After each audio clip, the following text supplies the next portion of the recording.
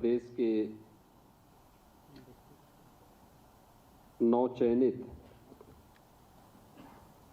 मुख्य सेविकाओं और फार्मासिस्टों के चयन के उपरांत नियुक्ति पत्र वितरण के आज के इस समारोह में उपस्थित प्रदेश के वित्त और संसदीय कार्य विभाग के मंत्री श्री सुरेश कुमार खन्ना जी, महिला और बाल विकास विभाग की मंत्री श्रीमती बेबी रानी मौर्य जी, राज्य मंत्री श्रीमती प्रतिभा शुक्ला जी, प्रमुख सचिव महिला कल्याण और बाल विकास विभाग श्रीमती टीना जौहरी जी, आज के इस कार्यक्रम में उपस्थित सभी नवचयनित मुख्य सेविकाएं, फार्मासिस्टगण और प्रदेश के सभी 75 जनपदों में जहां पर यह नियुक्ति पत्र वितरण के कार्यक्रम हो रहे हैं, उन सभी स्थलों पर उपस्थित प्रदेश सरकार के हमारे सभी मंत्रीगण, सभी जनप्रतिनिधिगण और नियुक्ति पत्र प्राप्त करने वाले सभी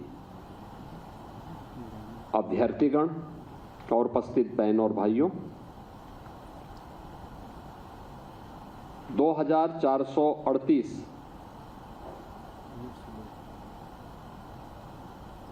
अभ्यर्थियों को ये नियुक्ति पत्र आज एक साथ वितरित हो रहे हैं,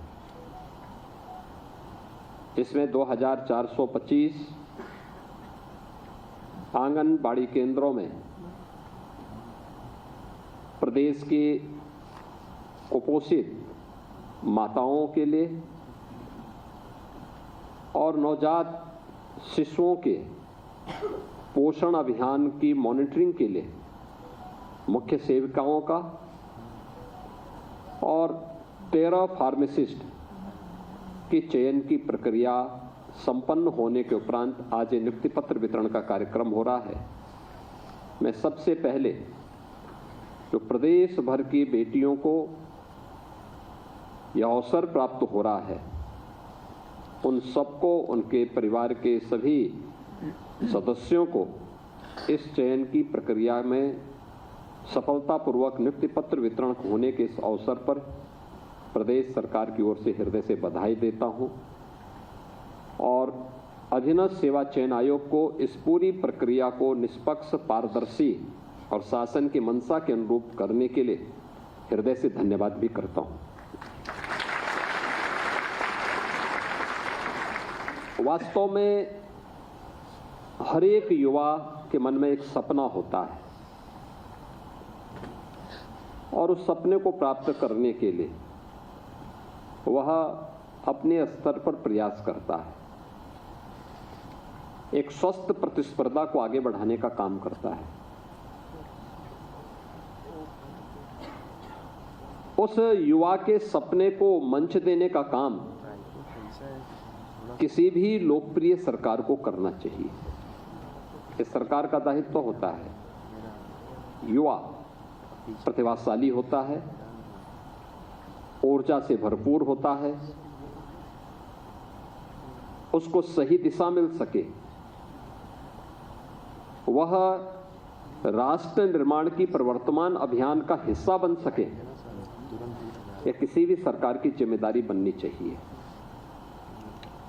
लेकिन जब वही युवा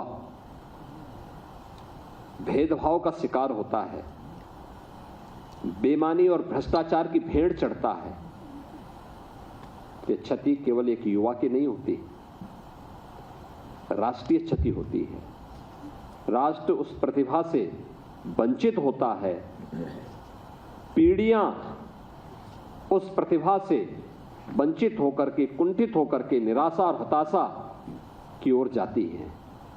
दुर्भाग्य से लगभग 2 दशक तक उत्तर प्रदेश एक लंबे समय की हताशा, निराशा के जाल में फंस करके पूरी तरह अंधकार के युग में जा चुका था। 2017 के पहले यही होता था, नियुक्ति नहीं हो पाती थी। अगर नियुक्ति कहीं से आ भी गई तो उसमें बंदर बांट होता था। बेईमानी और भ्रष्टाचार इस कदर में होती थी कि योग्यता के आधार पर किसी भी युवा को उसका चयन नहीं मिल पाता था। परिणाम होता था न्यायालय को हस्तक्षेप करना होता था, और उसके बाद फिर ये मामले आगे बढ़ते थे। परिणाम क्या रहा? उत्तर प्रदेश की नियति हो गई थी बीमारू राज्य बनने की। उत्तर प्रदेश को परमात्मा ने, प्रकृति ने बीमारू नहीं बनाया था।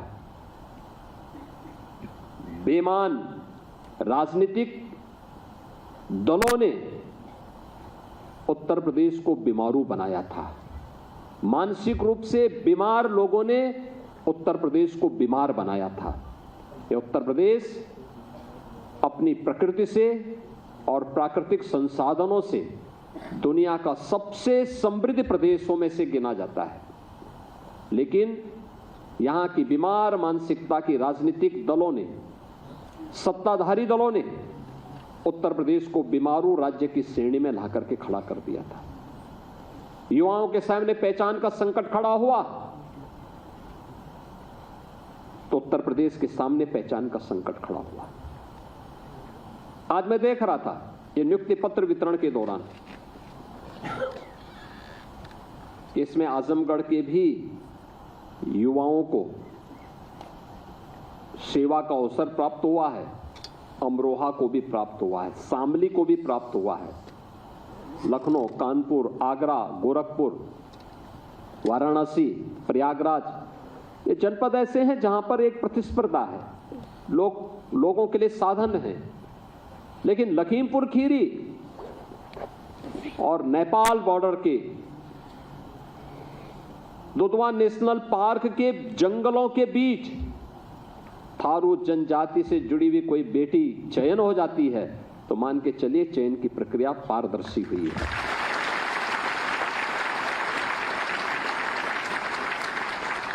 चयन की प्रक्रिया में अगर सुदूर किसी आजमगढ़ से, किसी अमरोहा से, किसी बिजनौर से, किसी शामली से, किसी ललितपुर से, किसी जालौन से, किसी सोनभद्र से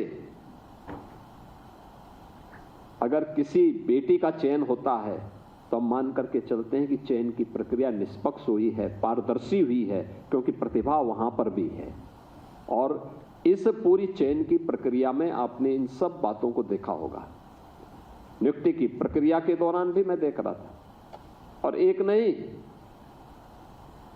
मैं तो अभी तो सूची मेरे सामने है, इस सूची को मैं देख रहा था, 2-2 थारू बेटियों का चयन हुआ है। यानी जिन तक नौकरी नहीं पहुंच पाती थी, जिन तक योजनाएं नहीं पहुंच पाई थी, आज उन तक नौकरी पहुंच रही है।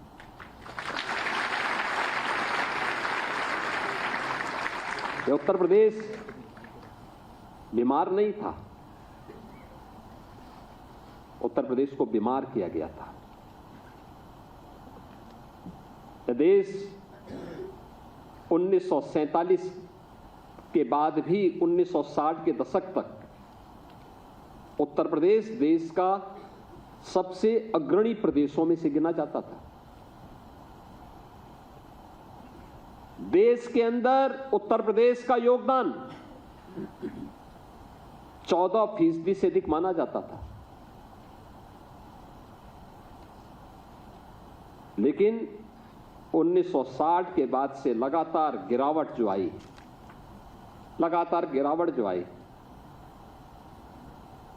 1990 के बाद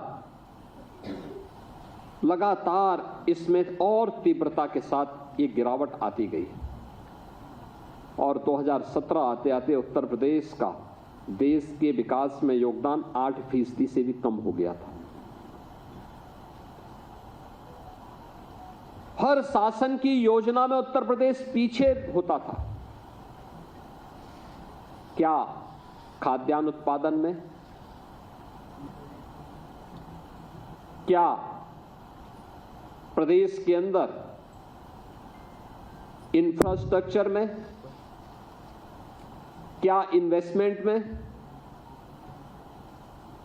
किसी भी फील्ड में उत्तर प्रदेश एकदम पिछड़ता गया। यहां के नौजवान कहीं उत्तर प्रदेश से बाहर जाते थे, यहां तो नौकरी नहीं मिलती थी, कोई रोजगार नहीं होता था। लेकिन यहां का नौजवान जब उत्तर प्रदेश से बाहर जाता था तो बाहर जाकर के भी उसके सामने पहचान का संकट खड़ा होता था।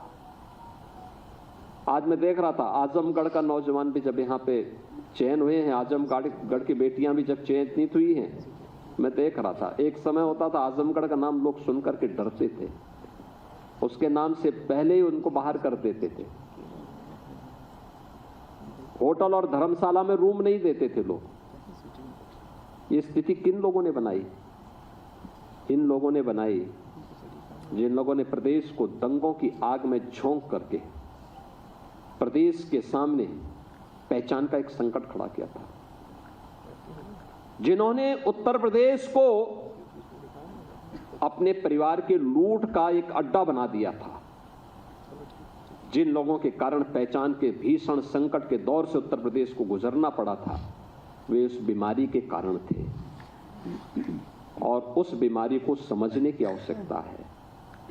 और ये आपका सौभाग्य है। याद रखना, कार्य कोई बड़ा नहीं होता, कोई छोटा नहीं होता। जहां अवसर मिले वहां अपनी प्रतिभा का भरपूर उपयोग करिए और याद रखना, आगे के बढ़ने की संभावना अपने आप आपके जीवन में आती हुई दिखाई देगी जब भी आप ईमानदारी के साथ, पूरी प्रतिबद्धता के साथ अपनी जिम्मेदारियों का निर्वहन करेंगे।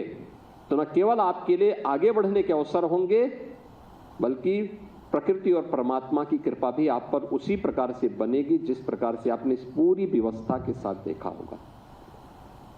आज आप इस बात को कह सकते हैं कि चयन की प्रक्रिया में आपके साथ न भेदभाव हुआ है, तो आपको भी किसी के साथ कोई भेदभाव नहीं करना। 25 करोड़ जनता के लिए आपको सेवा का अवसर प्राप्त हो रहा है। और याद करना, ये मिशन रोजगार के साथ हम लोग नियुक्ति पत्र वितरण के कार्यक्रम को इसीलिए जुड़ते हैं क्योंकि प्रधानमंत्री जी इस बात को कहते हैं कि यह इस बात का संकेत होना चाहिए कि किसी के साथ अन्याय नहीं हुआ है, न होना है। तो अगले व्यक्ति की भी गारंटी होनी चाहिए कि वह भी इस बात की गारंटी के साथ जुड़े कि कोई भेदभाव हम भी नहीं होने देंगे, न करेंगे। अगर यह जिम्मेदारी होगी तो हम न केवल अपनी सेवा के प्रति बल्कि अपने राष्ट्रीय कर्तव्यों का भी ईमानदारी पूर्वक निर्वहन कर रहे हैं। कोई अनुमान करता था उत्तर प्रदेश में बेटियों का चयन इतनी बड़ी मात्रा में एक साथ होगा, एक साथ वे चयनित होकर के शासन के व्यवस्था का हिस्सा बनेंगे। और आज ये केवल महिला और बाल विकास विभाग में नहीं,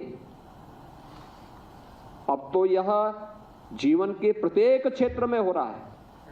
उत्तर प्रदेश पुलिस में अभी 2 महीने पहले हम लोगों ने 60,244 पुलिस भर्ती की प्रक्रिया को संपन्न किया। इस 60,244 में 12,045 केवल बेटियां भर्ती हुई हैं। 12,045, एक ही भर्ती में 12,045 बेटियां भर्ती हुई। याद करिए, 1947 से 2017 तक उत्तर प्रदेश पुलिस बल में केवल 10,000 महिला पुलिस कार्मिक थी। और यहां पर हम लोग जो भर्ती कर रहे हैं, उस भर्ती में पिछले 8 वर्ष में हम लोगों ने 40,000 से अधिक बेटियों को केवल उत्तर प्रदेश पुलिस बल में भर्ती किया। 40,000 से अधिक। यानी ऐसा नहीं कि प्रतिभा की कमी उनमें पहले भी रही हो, लेकिन अवसर नहीं मिलता था। 1,56,000 शिक्षकों की भर्ती अकेले बेसिक शिक्षा परिषद में हुई और 1,56,000 शिक्षकों की भर्ती में ज्यादातर बेटियां भर्ती हुई हैं, जो अपना योगदान आज प्रदेश के अंदर दे रही हैं, बेसिक शिक्षा के उन्नयन के लिए कर रही हैं। सरकार ने भी इन 8 वर्षों में प्रयास किया है। आंगनवाड़ी केंद्रों के लिए, बेसिक शिक्षा परिषद के लिए। अभी आपने देखा होगा विपक्ष के पास कोई मुद्दा होता नहीं, हर एक उसको मुद्दा बनाने का प्रयास करते हैं। एक नकारात्मक दृष्टिकोण है। जिन लोगों की नकारात्मक दृष्टिकोण ने प्रदेश को बीमारू बनाया था, आज उनके द्वारा उठाए जाने वाले वे नकारात्मक मुद्दे फिर से प्रदेश को उसी झंझावत में, उसी जाल में उलझाने का प्रयास करते हैं। जब हम लोगों ने कहा कि प्रदेश के अंदर जर्जर विद्यालयों को शिफ्ट करना चाहिए, क्योंकि आपने देखा होगा एक राज्य में एक जर्जर विद्यालय भवन गिर गया, अनेक बच्चे उस जर्जर भवन के नीचे दब करके मर गए, दर्जनों बच्चे घायल हो गए। इस जनहानि, जो बच्चे चले गए, जो गंभीर रूप से घायल हो गए, क्या उनको कोई भरपाई कर पाएगा? लेकिन बीमार मानसिकता किस रूप में कटघरे में खड़ा करने का प्रयास करती है। दूसरा, छात्र शिक्षक और पाठी को, इस दृष्टि से सरकार का एक प्रयास था, राष्ट्रीय शिक्षा नीति का हिस्सा था। तमाम राज्यों ने इस अभियान को आगे बढ़ाया। उत्तर प्रदेश से भी अपेक्षा होती है, उत्तर प्रदेश भी इस प्रक्रिया को आगे बढ़ाए। अच्छी शिक्षा, बेहतर शिक्षा हर बच्चे का अधिकार है, उसको मिलना चाहिए। सरकार ने जब इस अभियान को आगे बढ़ाया तो उसके नाम पर तमाम प्रकार से भ्रम पैदा करने का प्रयास हुआ। सरकार ने इस बारे में कहा कि हम जो विद्यालय भवन अच्छी स्थिति में होंगे और पेयरिंग का पार्ट बनेंगे, वहां पे हम लोग जो बच्चे आएंगे उनके लिए प्री प्राइमरी चलाएंगे, प्री प्राइमरी स्कूल चलाएंगे, बाल वाटिका चलाएंगे। 3 वर्ष से लेकर के 6 वर्ष तक के बच्चों को वहां पर ले जाकर के उन्हें प्री प्राइमरी के रूप में उनके लिए एक व्यवस्था देंगे और उन सभी बच्चों के लिए एक पोषण मिशन का एक विशेष अभियान लेकर के चलेंगे, जिससे उन बच्चों को भी हम लोग प्रदेश के अंदर पोषण मिशन के कार्यक्रम के साथ जोड़ करके उन्हें बेहतर रूप से आगे बढ़ा सके। क्योंकि किसी भी बच्चे के जीवन में जितनी भी संभावना होती है, उसका अधिकतर मानसिक विकास, जो भी विकास होना होता है, 1 से 3 वर्ष की उम्र ऐसी होती है जिसमें उसके जीवन का 80 से लेकर 90% विकास होता है, मानसिक विकास होता है। और 3 से लेकर के 6 वर्ष की उम्र ऐसी होती है जहां पर मानसिक विकास के लिए हम थोड़ा सा प्रयास करेंगे तो 5% से 7% तक का मानसिक विकास वहां पर हम लोगों को देखने को मिलता है। शेष बाकी क्रमिक रूप से उससे आगे बढ़ने का एक अवसर प्राप्त होता है। और यह अवसर है जब हम उन बच्चों को उनके मानसिक विकास की प्रक्रिया के साथ जोड़ करके एक बेहतर माहौल बाल वाटिका के माध्यम से दे सकें, प्री प्राइमरी के रूप में, जिसे हम आगे बढ़ाना चाहते हैं। उसके लिए भी लोगों ने भ्रम पैदा करने का प्रयास किया। आज मुझे प्रसन्नता है कि महिला और बाल विकास विभाग और बेसिक शिक्षा परिषद ने तमाम विरोध के बावजूद 5000 ऐसी बाल वाटिकाओं को सफलतापूर्वक संचालन की प्रक्रिया के साथ जोड़ करके आगे बढ़ा दिया है। उत्तर प्रदेश के अंदर अभी विभाग की मंत्री श्रीमती बेबी रानी मौर्य जी और श्रीमती प्रतिभा शुक्ला जी अपनी बात को बता रही थी कि कैसे उन्होंने ऑपरेशन कायाकल्प के अंतर्गत आंगनबाड़ी केंद्रों का पुनरुद्धार का कार्य सफलतापूर्वक संपन्न किया, नए आंगनबाड़ी केंद्र बनाए।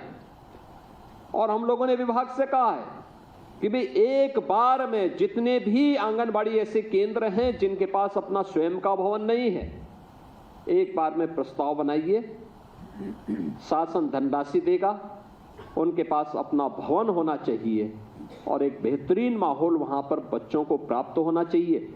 यह सरकार की प्रतिबद्धता है, क्योंकि अगर हमारा बचपन स्वस्थ होगा तो उसकी जवानी भी और उसका बुढ़ापा भी अपने आप ही स्वस्थ हो जाएगा, देश का भविष्य सुधर जाएगा, संवर जाएगा और इसको सजाने संवारने का काम आपके हाथों में आ रहा है, आपके हाथों में आ रहा है। याद रखना, देश के बचपन को बचाने की पूरी जिम्मेदारी प्रदेश के बचपन को बचाने की महत्वपूर्ण जो जिम्मेदारी है वह दायित्व आपके ऊपर आ रहा है। इसी के लिए प्रधानमंत्री जी ने इस बात को कहा। हमेशा प्रधानमंत्री जी इस बात पर जोर देते हैं कि जो हमारी आंगनवाड़ी की बहनें हैं, उन बहनों का काम उसी प्रकार से है जैसे मां यशोदा का काम था। भगवान श्री कृष्ण को उनके जन्म से लेकर के और 6 वर्ष की उम्र तक का लालन पालन मां यशोदा ने किया था। याद रखना, जब भी कृष्ण की बात आती है, श्री कृष्ण की बात आती है, तो मां यशोदा को भी हर व्यक्ति याद करता, स्मरण करता, उसी श्रद्धा भाव के साथ उन्हें सम्मान देता है। आपका स्थान भी वही बनने जा रहा है। आप उन आंगनबाड़ी केंद्रों में जो बहनें काम कर रही हैं, उनकी मॉनिटरिंग के लिए, उनका वहां पर मॉनिटरिंग के लिए आपको एक मुख्य सेविका के रूप में अपने दायित्व का निर्वहन करना है। वहां पर उस दायित्व का निर्वहन करना है, उसके साथ आपको जुड़ना है। तो एक बड़ी जिम्मेदारी है। हमें अपने कार्यों के माध्यम से यह दिखाना होगा कि बेटा हो या बेटी, कोई भेदभाव नहीं होना चाहिए। लोगों में एक अवेयरनेस पैदा होना चाहिए, एक जागरूकता बहुत महत्वपूर्ण है। और इसी के लिए प्रदेश में हम लोगों ने मुख्यमंत्री कन्या सुमंगला योजना चलाई। मुझे प्रसन्नता है कि अभी 26 लाख बेटियों को हम इस योजना के साथ जोड़े हुए हैं। ये 26 लाख से अधिक बेटियां जन्म से लेकर के स्नातक तक की पढ़ाई के लिए सरकार के उस 25,000 के पैकेज के साथ जुड़ चुकी है। हम लगातार इस अभियान को आगे बढ़ाना चाहते हैं और भी संख्या में ये चीजें आगे बढ़े। बेटी शादी योग्य होगी जिन परिवारों में साधन नहीं है, उसकी जिम्मेदारी सरकार लेगी। मुख्यमंत्री सामूहिक विवाह योजना में ऐसी बेटियों की शादी के लिए, हर बेटी की शादी के लिए 1 लाख रुपए की व्यवस्था सरकार कर रही है, सरकार दे रही है। और मुझे प्रसन्नता है कि 4 लाख बेटियों की शादी इस योजना के माध्यम से अब तक प्रदेश सरकार संपन्न कर चुकी है। ये चीजें तब होती हैं जब सरकार की मंशा बिना भेदभाव के इन कार्यक्रमों को आगे बढ़ाने की होती है। मातृ वंदना योजना में 183 करोड़ रुपए से अधिक की धनराशि अब तक वितरित की जा चुकी है। ये लगातार आगे बढ़ाई जा रही है। और मुझे ये देख करके अच्छा लगा जब लोग कहते हैं कि आखिर परिणाम क्या है। तो परिणाम इस बात पर निर्भर करता है कि अगर हम लोग जो नेशनल फैमिली हेल्थ सर्वे है 15-16 में हुआ था, उसकी तुलना में अगर 17 के बाद के आंकड़ों को देखेंगे तो इसमें व्यापक सुधार देखने को मिला। यानी ये दिखाता है कि एक सही दिशा में हम लोग चल रहे हैं। खासतौर पर अगर हम देखेंगे तो पहले 4 वर्ष में ही 17 के बाद पहले 4 वर्ष में जो हमारे सामने परिणाम आए, महिलाओं में एनीमिया के स्तर में 5.1% का सुधार हुआ, स्टंटिंग में 6.6% की, अल्प वजन में जो प्रीमेच्योर बच्चे हो जाते हैं 7.4% की, सूखापन में 0.6% के का सुधार हुआ और शिशु मृत्यु दर घट करके 38 हो गई और मातृ मृत्यु दर 197 हो गई। यानी ये चीजें दिखाती हैं कि प्रधानमंत्री जी की जो मंशा है उसके अनुरूप इसे हम तेजी के साथ आगे बढ़ा रहे हैं। और अभी कुछ ही महीनों में जब आंगनबाड़ी केंद्रों में स्मार्टफोन मिलेंगे, उनकी ट्रेनिंग होगी, डाटा अपलोड होने, ये डाटा इससे भी बेहतर हुए होंगे, लेकिन नियमित रूप से रियल टाइम मॉनिटरिंग न होने का परिणाम है, या वह डाटा हमें समय पे न मिलने के नाते अपलोड समय पे न होने का परिणाम होता है कि बहुत बार सही आंकड़े न पहुंचने के कारण भी हमारे आंकड़े कम देखने को मिलते हैं। लेकिन अभी बहुत शीघ्र जब ये मिलेंगे तो मैं कहता हूं इसमें काफी बड़े पैमाने पर इसमें परिवर्तन आएगा और उस परिवर्तन का वाहक आपको बनना पड़ेगा। हर आंगनबाड़ी केंद्र के अंदर व्यवस्था को देखना, समय पे पोषाहार मिल जाए, कुपोषित मां हो या बच्चा हो, उसके लिए उपलब्ध पोषाहार समय पे उन्हें मिले, सभी प्रकार की शासन की योजनाओं का लाभ उन्हें प्राप्त हो सके। हमारा प्रयास होना चाहिए कि हम वहां पे एक टीम लीडर के रूप में मार्गदर्शन करें, सोसाइटी को जागरूक करें, आगे बढ़ने के लिए प्रेरित करें, अपना स्वयं का आंगनबाड़ी केंद्र बन सके, इसके लिए प्रस्ताव देना, इन कार्यक्रमों को आगे बढ़ाना। और अगर इन कार्यक्रमों को हम आगे बढ़ा देंगे, सरकार ने इस दिशा में काफी चीजें आगे बढ़ाई हैं और इन चीजों को आगे बढ़ाने के लिए हम लोग जब तेजी के साथ कार्य कर रहे हैं, आज परिणाम है। आज यहां पे मुख्य सेविकाओं के 2425 नियुक्ति पत्र वितरित हो रहे हैं, लेकिन आपकी नियुक्ति के पहले जनपद स्तर पर 19,424 आंगनबाड़ी कार्यकर्तियों की भी नियुक्ति की प्रक्रिया सकुशल संपन्न हो चुकी है। इसी वर्ष संपन्न हुई है ये सब। याद करिए, इतना बड़ा कभी नहीं, इतने बड़े पैमाने पे नियुक्ति कभी नहीं हुई। 19,424 अभी यहीं पे संपन्न हुई है। इसके साथ ही 3,000 से अधिक आंगनबाड़ी सहायकों की भी, जो आंगनबाड़ी सहायिकाएं थी, उनका भी आंगनबाड़ी कार्यकर्त्री के रूप में उनको प्रमोशन दिया गया, यानी उनके मानदेय में उसके साथ ही बढ़ोतरी भी हुई है।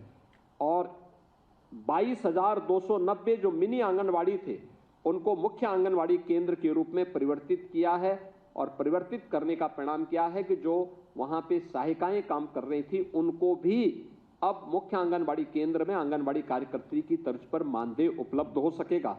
ये सभी कार्यक्रम सरकार के द्वारा लगातार आगे बढ़ाने के कार्य हो रहे हैं। आपके ऊपर एक बहुत महत्वपूर्ण जिम्मेदारी है। इस महत्वपूर्ण जिम्मेदारी का हिस्सा आप सभी को बनना पड़ेगा। प्रदेश के अंदर आज के दिन पर हम देखेंगे कि हमारे पास जो स्वीकृत आंगनबाड़ी कार्यकर्त्री का जो भी पद हैं 1,90,000 हैं और आंगनबाड़ी सहायक के पद भी 1,90,000 हैं। इन सभी को हमें तेजी के साथ आगे बढ़ाने की कार्रवाई को करना होगा और इसके साथ प्रदेश के अंदर हम लोगों को अन्य तमाम जो कार्यक्रम प्रदेश सरकार के द्वारा समयबद्ध तरीके से आगे बढ़ रहे हैं, अगर ये सभी कार्यक्रम आगे बढ़ेंगे, मेरा मानना है कि हम प्रदेश के बचपन को बेहतर बनाने में सफल हो सकते हैं। बचपन हमारा अगर अच्छा रहा तो मानकर के चलिए कि बचपन स्वस्थ है तो आगे का जीवन अपने आप ही समृद्धि के पथ पर अग्रसर होगा। ये रास्ता यहीं से शुरू होता है। प्रधानमंत्री जी ने 2047 का लक्ष्य देशवासियों को दिया है। 2047 में कैसा भारत चाहिए? एक ऐसा भारत जो विकसित हो, आत्मनिर्भर हो, समृद्धि के पथ पर आगे बढ़ते हुए दुनिया का नेतृत्व करने वाला हो। ऐसे भारत के निर्माण का रास्ता कहीं से जाता है तो वह आंगनबाड़ी केंद्रों से जाता है, गांव से जाता है, गलियों से होकर के जाता है। वहां के अपने नवजात शिशुओं की, कुपोषित माताओं के जीवन स्तर को उठाने की दिशा में एक बेहतरीन प्रयास करने की दिशा में हम सबको कार्य करना होगा। सरकार इस दिशा में पूरी प्रतिबद्धता के साथ कार्य करेगी। आप सभी लोग इस दिशा में अपना बेहतर प्रयास करने में सफल होंगे और शासन की मंशा के अनुरूप परिणाम देकर के एक स्वस्थ उत्तर प्रदेश और सशक्त और समृद्ध उत्तर प्रदेश बनाने में और 2047 के लक्ष्यों को प्राप्त करने में अपनी भूमिका का निर्वहन करेंगे। इस विश्वास के साथ मैं एक बार फिर से आज 2438 जो नियुक्ति पत्र यहाँ पर वितरित हुए हैं उन मुख्य सेविकाओं को और फार्मासिस्टों को चयन की इस प्रक्रिया के लिए हृदय से नियुक्ति पत्र प्राप्त होने पर बधाई देता हूं, अपनी शुभकामनाएं देता हूं और विश्वास करता हूं कि जिस मंशा के साथ सरकार ने इस पूरी प्रक्रिया को आगे बढ़ाया है उसके अनुरूप आप परिणाम देंगे। आप सबके प्रति मेरी मंगलमय शुभकामनाएं हैं। धन्यवाद। जय हिंद। बहुत बहुत धन्यवाद माननीय मुख्यमंत्री महोदय आपके शुभाशीष के लिए। और अब मैं धन्यवाद ज्ञापन के लिए प्रमुख सचिव श्रीमती लीना जौहरी जी को आमंत्रित करता हूं।